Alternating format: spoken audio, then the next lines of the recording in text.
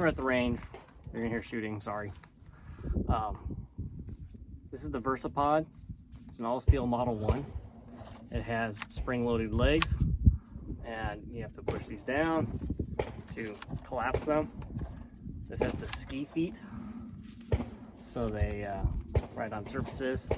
If you're familiar with how you deploy an M249 bipod, this is extremely similar. You could also run it to the rear if you needed to, or you can run it out front, grab it, drop it.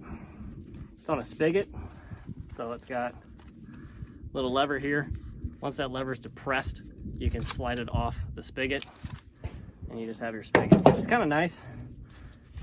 If you don't want to have that weight on your gun, you can have this bipod in your belt kit or whatever, and then when you need it, it just slides on and locks on.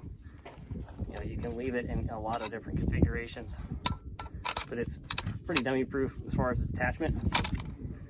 Loading this bipod is not as easy as loading some other types of bipods out there, but I'll roll some B footage. You can load it. It's kind of like a universal mount. You're not going to be crazy happy with the lack of tightness of this, maybe, but if you're a 240 gunner or something like that in the past, that you'll feel right at home with this bipod. We have many examples of bipods in here. It's extremely rugged. That's one reason I like it. Is it my go-to bipod? Not necessarily, but it does serve some purpose. So we're trying to show off bipods that you might find interesting to work with on the LMG program. If you build yourself out a rifle or IAR, American RPK, you're going to be looking for bipods. It's got a decent amount of swivel, so you can still get your reloads in. Not as much as some other out there. Ultimate swivel will always be the barrel-mounted bipods from like Small Team Supply, for example, as far as how much rotation you can get. Or you got to buy a PRS bipod, kind of like I have over here, that has that, but it's going to be heavier. So, but yeah, I got a lot of questions on it. So, quick few-minute video here. This is the VersaPod. It's got the HD pick barrel mount. They have a standard pick rail mount. It might be a little bit lighter.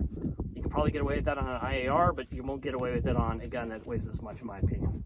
I'd rather have it overbuilt, especially for this purpose, than to have it underbuilt.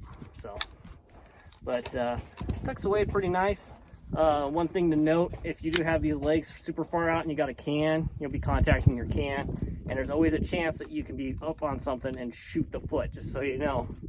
Again, not everything's perfect, so that's something to keep in mind. So the legs deploy really easily, but getting them back in is a two-handed affair. So that is the VersaPod Model 1 all steel. So they're not that unaffordable. They're pretty reasonable for the price. So yeah, Recce LMG Model 1 VersaPod. Thanks for watching, folks. Have a good one.